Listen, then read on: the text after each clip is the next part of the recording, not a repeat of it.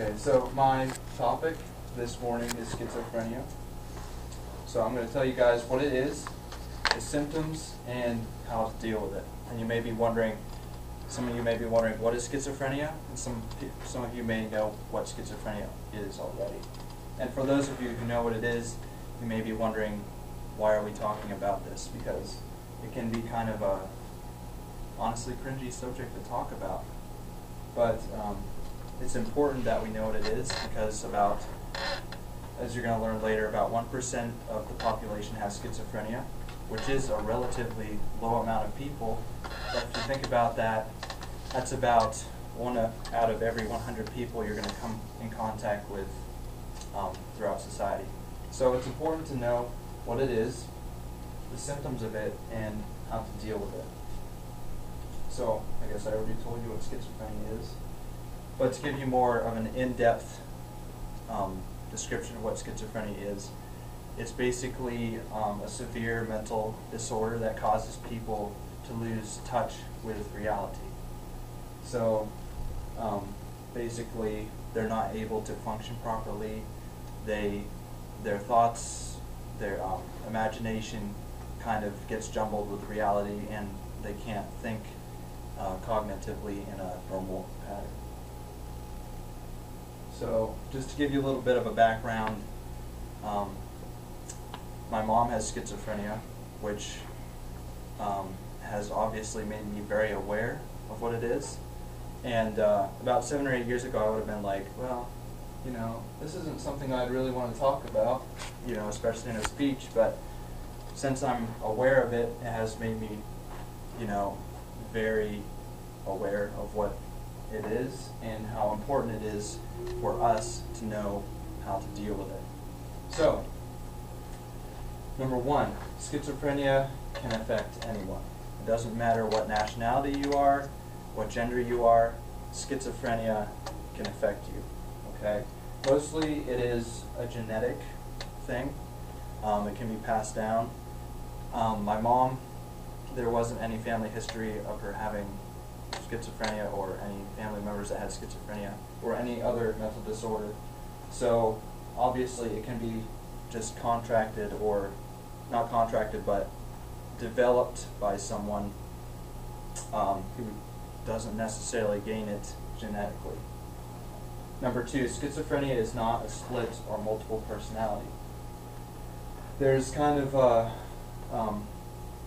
theory going around by some people that think schizophrenia is a multiple personality. Like, one day they're this one thing, and the next day they think there's something else, and the next day they think there's something else.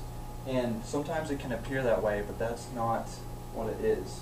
Schizophrenia is just a jumble of confusion with thoughts and reality that confuses the person. So number three, it occurs in about 1% of the population, as I told you guys. Number four, when diagnosing schizophrenia, a doctor typically looks at the person's history, the medical history, sees what that person has been diagnosed for, the medication they've taken, and that way they can kind of see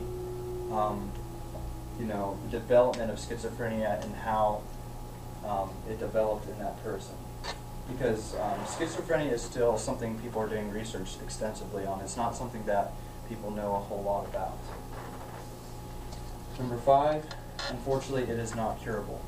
It is something that is lifelong, and it can only be suppressed by medication. But there is more things than medication that can help the person. There's things like therapy. Like, for instance, my mom, when she was in a clinic, she was able to take care of horses, and that was a kind of therapy for her. It really helped. So, it's important that we learn to identify the symptoms. And the source that I use for this is the National Institute of Mental Health on schizophrenia. So number one, positive symptoms. And positive symptoms doesn't mean good. It means symptoms that are not generally seen in healthy people. So hallucinations, delusions, thought disorders and movement disorders are some of the symptoms that are seen. Those are the positive symptoms. Negative symptoms means disruption to normal emotions and behaviors. So these may be more common. Number one, reduced expressions of emotions. Person may be much less emotional than a normal person. Number two, they may speak a lot less. They may become a lot less social. They just kind of pull back into their own shell and don't talk to people much. Number three, reduced feelings of pleasure in everyday life. Number four, difficulty starting and sustaining activities. Cognitive symptoms. Poor executive functioning. Okay? Executive obviously means making decisions, taking control of your life. If they're not able to make decisions easily, then that could be a sign that they could possibly have schizophrenia. Number two, trouble focusing or paying attention. That's pretty straightforward. Number three, difficulty in using information after immediately learning it. And that's obviously pretty straightforward. So, how can you help someone who has schizophrenia? Can I first ask, is there anyone here who has met or knows someone who has schizophrenia? Could you raise your hand? 2 people. All right. So that's 1, 2, 3, 4, 5, 6, 7. That's about 1/3, 1/4 of our class. That's not very much of us, but it's still important that we know how to deal with it, because more likely than not, every one of you is going to come in contact with someone who has schizophrenia, and you may be the person that is needed in that moment to help that person, okay? I hope it never becomes a loved one, like a close one, because that is very difficult. So number one, take care of yourself, okay? You may have heard about, in the medical field, first aid.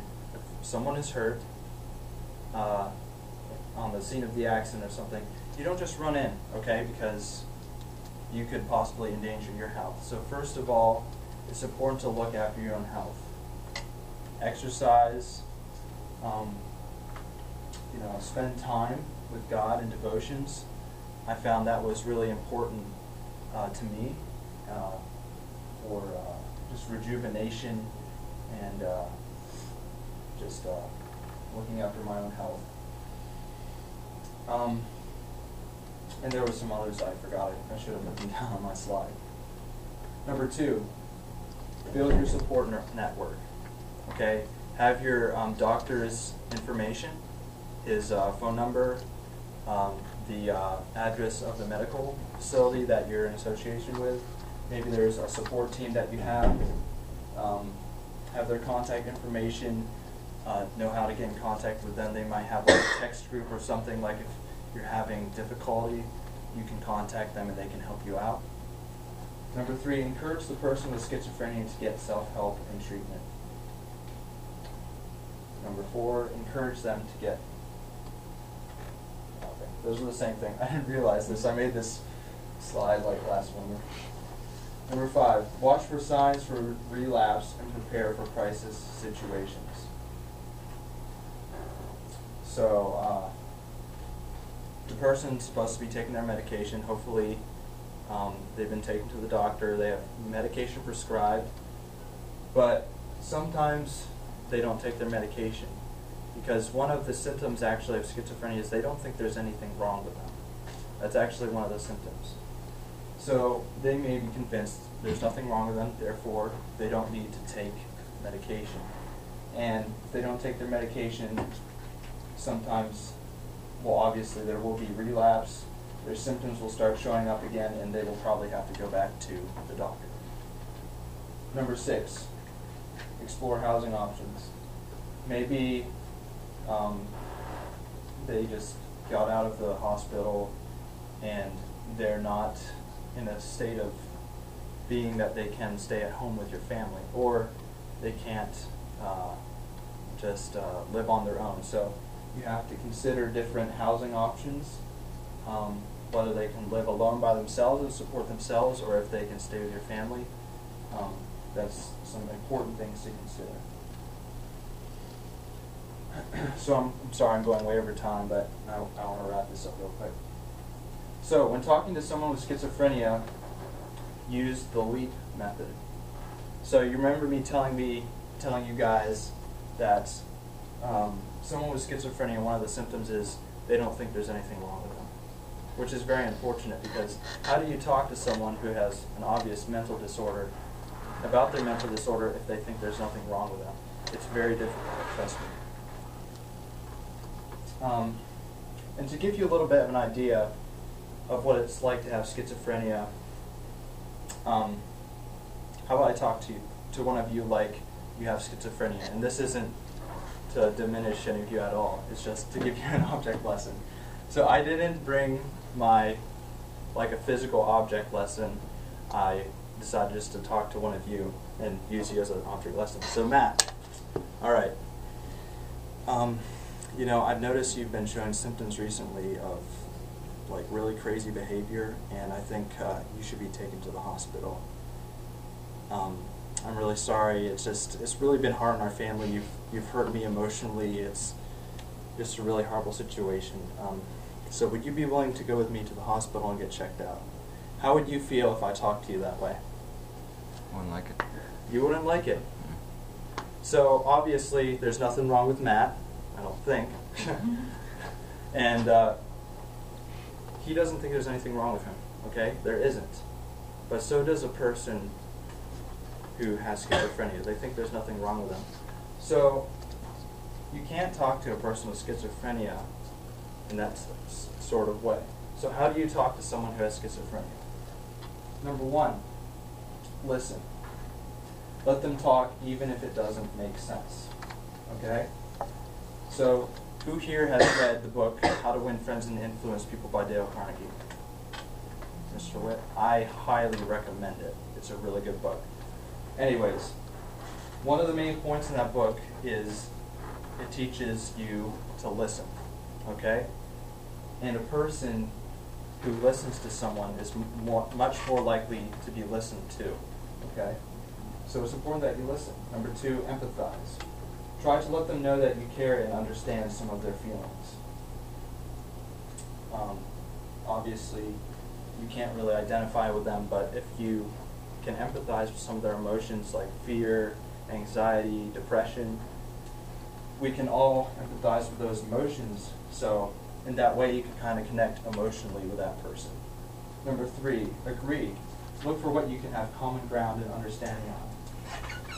You know, it may be hard to find some common ground on agreement, but there's always some things you can agree on. And when you agree with that person on certain things, that opens up doors for agreement, connection, and trust, which can help you have influence over them.